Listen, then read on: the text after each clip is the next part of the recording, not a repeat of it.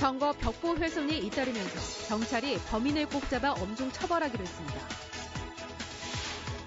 충주 이종배 후보 선거사무원이 불법 선거운동을 했다는 의혹이 나와 선관위가 조사에 들어갔습니다. 이 후보 측은 불법이 아니라고 반박했습니다. 온라인 개학이 다가오면서 교육부 장관이 청주를 방문해 점검했는데 시스템 접속이 여전히 불안했습니다. 여러분 안녕하십니까? 계속해서 충북 소식입니다. 선거가 다가오면서 전국적으로 벽보를 훼손하는 일이 잇따르고 있습니다. 징역형까지 받을 수 있는 범죄로 경찰은 엄중 처벌하겠다는 방침입니다. 이채연 기자입니다. 지난 4일 새벽 청주시 오송읍의 한 사거리. 화물차 한 대가 도로 한쪽에 멈추더니 왼손에 무언가를 쥔 남성이 내립니다. 선거 벽보 앞에 머뭇거리던 남성이 3초 만에 자리를 떴는데 특정 후보 얼굴이 페인트 범벅으로 바뀌었습니다. 이 남성은 인도 옆 철조망에 걸린 한 후보의 벽보 사진을 페인트 스프레이로 뿌려 훼손했습니다. 연락이 왔어요. 선거 벽보 훼손된 게 있다고 그래서 바로 이제 선관위에 먼저 갔고요. 경찰서에 신고를 하는 게 더 좋을 거라고, 더 빨리 수사가 진행될 거라고 해서. 경찰은 CCTV 속 화물차 적재한 모양을 보고 사흘 만에 범인을 잡았습니다. 59살 남성으로 범행은 시인했지만 왜 벽보를 훼손했는지는 밝히지 않고 있습니다. 총선을 앞두고 이 같은 벽보 훼손이 전국적으로 잇따르고 있습니다. 주로 정치인이 보기 싫다거나 기분이 나쁘다는 이유인데 경찰은 선거를 방해하는 행위라며 꼭 범인을 잡아 엄중 처벌하겠다는 방침입니다. 선거 벽보를 훼손했을 경우에는 2년 이하의 징역 또는 400만 원 이하의 벌금에 처해질 수 있기 때문에 각별히 주의가 요구된다고 할 수 있겠습니다. 충북경찰은 금품 제공과 흑색 선전 등 이번 총선과 관련해 4건을 수사하고 있다고 밝혔습니다. MBC 뉴스 이채연입니다. 총선을 앞두고 충주 지역구에서 미래통합당 이종배 후보 선거사무원이 불법으로 호별 방문을 했다는 의혹을 더불어민주당이 제기했습니다. 이종배 후보 측은 불법이 아니라고 반박했는데 선관위가 조사에 착수했습니다. 선거판이 과열되고 있습니다. 이지현 기자입니다. 지난 3일 오후 충주의 한 주택, 미래통합당 이종배 후보 선거사무원이 방문해 주민에게 인사를 건넵니다.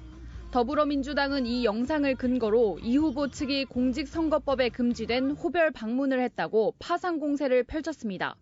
이날 노우면 일대에서 1시간 반 동안 불법 선거운동을 했고 수안보면에서도 비슷한 제보가 있었다는 것. 특히 코로나19로 사회적 거리 두기를 하는 상황에 호별 방문은 용납할 수 없다고 강조했습니다. 대낮에 가정집을 찾아다니면서 선거운동을 한 것은 그 어떤 변명으로도 용납할 수 없는 일입니다. 시민들의 건강을 위협할 수 있는 매우 부적절한 행동입니다. 이종배 후보 측은 관련 의혹을 전면 부인했습니다. 선거사무원이 거리에서 유세를 하다 알고 지내던 주민을 만나 인사를 나눴을 뿐 호별 방문이 아닌데 영상을 악의적으로 편집해 공개했다는 겁니다. 인사하면 아이 언니 아니면 너 어째 왔니 아는 분들이니까 그래서 들어와 시골 풍습 아닙니까? 이게 어떻게 확대돼서 이렇게 지금. 선관위는 조사에 착수했습니다. 실제 호별 방문을 했다면 당사자는 물론 방문을 유도한 사람까지 3년 이하 징역이나 600만 원 이하 벌금을 받을 수 있습니다. 이 밖에 충주 선거구에서는 식사 제공과 폭행 등 선거와 관련된 논란이 적지 않습니다. 코로나19로 잠잠했던 선거전이 막바지로 향하면서 점점 과열되고 있습니다. MBC 뉴스 이지연입니다. 동남 4군 선거구 미래통합당 박덕흠 후보 홍보 현수막 문구를 두고 여야가 공방을 벌였습니다. 충북 선거관리위원회는 지역주민 신고에 따라 힘있는 중진 3선 의원이라는 문구를 수정할 것을 박 후보 측에 요청했고 더불어민주당은 단순 실수가 아닌 허위사실 공표에 해당한다면서 공식 사과를 요구했습니다. 미래통합당 충북도당은 극히 정상적인 선거운동으로 민주당 후보들도 비슷한 현수막을 걸었다며 네거티브 선거운동이라고 주장했습니다. 온라인 개학이 내일로 다가왔습니다. 청주에서 교육부 장관까지 참여해 온라인 수업을 점검했는데 대화가 잘 들리지 않거나 끊기는 등 불안감이 가시질 않고 있습니다. 김영일 기자입니다. 온라인 개학을 앞두고 이뤄진 중학교 3학년 수학 원격 수업. 유은혜 교육부 장관도 참여해 학생들과 인사를 나눕니다. 안녕하세요. 소그룹 수업하는데 방해하는 거 아닌가 모르겠네요. 교사 1명에 학생 31명 등 모두 34명이 동시에 접속했고 참여자들의 모습이 화면에 모두 뜨기 때문에 실시간으로 질문과 답변도 가능합니다.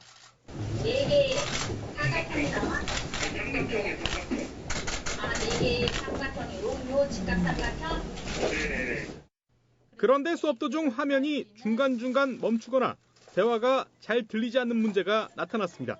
학교에서 선생님이랑 만나서 수업하는 거하고 달라서 불편하기도 하고 답답하기도 할 것 같아요. 접속 불안도 풀어야 할 숙제입니다.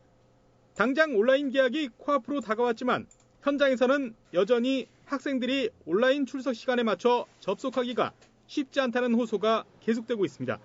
접속하다가 좀 끊겼다 해가지고 접속이 안 된다 해가지고 선생님한테 물어봐가지고 선생님이 조금만 있다 접속해달라 해가지고 그런 적도 있고 개인적으로 버퍼링 같은 것도 좀 있고 해서. 또 학교와 교사마다 채택하는 온라인 수업 방식이나 프로그램이 다른 것도 고민입니다. 프로그램도 또 달라지고 그리고 밤마다 또 선생님들이 원하시는 콘텐츠가 틀려지는 거에 따라서 수업 내용도 틀려질 거라고 하시더라고요. 더구나 실습이나 훈련이 필수적인 예술과 체육 분야 학생들에게 온라인 수업이 맞느냐는 지적도 있습니다. 교과 수업보다는 실기가 더 중요한데 실기를 많이 못하니까 안 들으면 출결이 안 돼서 할 수 없이 들어야 되는 것 같아요. 온라인 계약까지 이제 남은 시간은 하루 남짓. 현장에서는 여전히 우려가 좀처럼 줄지 않고 있습니다. MBC 뉴스 김영일입니다. 충청북도교육청이 코로나19 원격 수업을 위해 83억 2천만 원을 긴급 편성했습니다. 스마트기기 지원을 비롯한 인프라 구축과 다문화 학생, 취약계층 지원, 교사 역량 강화와 교과 지원 등을 집중적으로 추진하게 됩니다. 원격 수업 예산은 자체 사업 예산 변경과 예비비, 추경 예산 등을 통해 확보했습니다.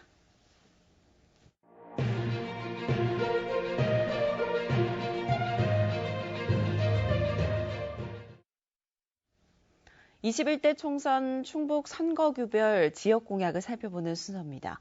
오늘은 거대 여야 양당 두 후보가 2년 만에 재격돌하는 제천 단양입니다. 정재영 기자입니다. 충북에서 유일하게 시군이 묶여 한 명의 후보를 뽑는 제천 단양 선거구. 인구 감소와 높은 관광 의존율이라는 같은 숙제를 안고 있는 지역이기도 합니다. 3명의 후보 가운데 지역 발전 공약이 있는 이우삼 엄태영 후보에게 반드시 지킬 약속을 물었습니다. 보궐선거 당선 2년 만에 재선에 뛰어든 더불어민주당 이우삼 후보는 천혜의 관광 자원을 가진 제천 단양을 한데 묶은 광역 관광특구 지정을 꼽았습니다. 관광지로서의 시너지 효과는 물론 활성화를 위한 국비 지원을 받을 수 있고 음식점 등 각종 제한 완화, 푸드트럭 허용 등의 혜택이 있습니다. 다양한 역사 문화적 가치를 가지고 있었음에도 불구하고 이것을 관광 자원과 제대로 결합을 해서 이것을 더 시너지 효과를 낼 수 있는 그런 측면의 노력들이 부족하지 않았나 싶습니다. 관광특구 지정이 그 첫걸음이라고 그렇게 생각을 합니다. 먼저 시작한 경기 강원의 사례처럼 아직 성공한 곳이 없고 두 지자체의 합의, 내로라는 관광지들과의 경쟁을 뛰어넘는 게 숙제입니다. 우리 지역이 가지고 있는 고유한 자원들이 워낙에 많기 때문에 이것을 우리가 잘 팔아먹지 못, 세일즈를 제대로 못했던 측면이 있습니다. 관련 부처와 이미 상의를 하기 시작을 했고 또 충북도와 잘 협의를 한다면 무난하게. 불과 2천여 표 차이의 석패 이후 재도전한 미래통합당 엄태영 후보는 공공기관 이전과 우수기업 유치를 통한 양질의 일자리 창출을 약속했습니다. 지역대학의 인재와 교통망, 저렴한 땅값 등을 무기로 정부의 2차 공공기관 이전을 끌어오고 제3산단을 규제 자유특구로 지정받아 일자리를 만들겠다는 겁니다. 자영업 소상공업 비율이 높아서 경기가 어려울 때마다 더 어렵고 직격탄을 맞습니다. 그래서 새로운 미래 성장 동력이 필요합니다. 기업을 유치하고 청년 일자리를 통해서 인구 감소를 막는다는 공약을 했습니다. 대전 충남 외에 충청권 공공기관 추가 이전을 장담할 수는 없고 규제 자유특구 1차 지정 때도 27개 지자체가 탈락한 만큼 쉬운 일은 아닙니다. 야당 시장으로 일하면서도 많은 성과를 만들어냈습니다. 지역의 지도자들, 특히 지역 국회의원의 열정과 중앙정부에 대한 설득, 또 제천 단양의 여건에 대한 당위성을 설득하면은 저는 충분히 가능하다고 보고요.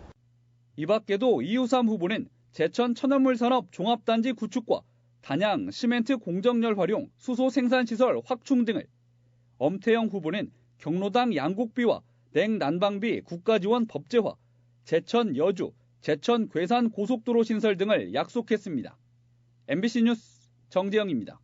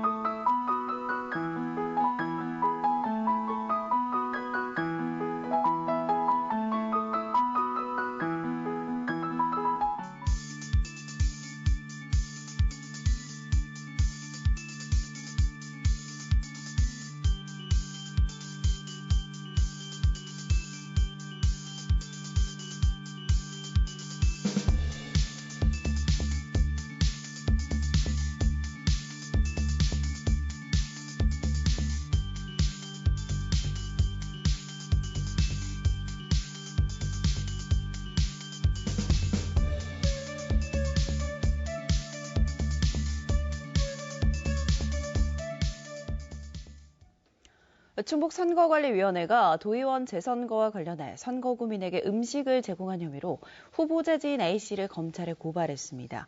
올해 초 A씨는 도의원 재선거가 치러지는 지역에서 선거구민 40여 명을 상대로 특정 후보의 지지를 부탁한 뒤 62만 4천 원 상당의 음식을 제공한 혐의를 받고 있습니다.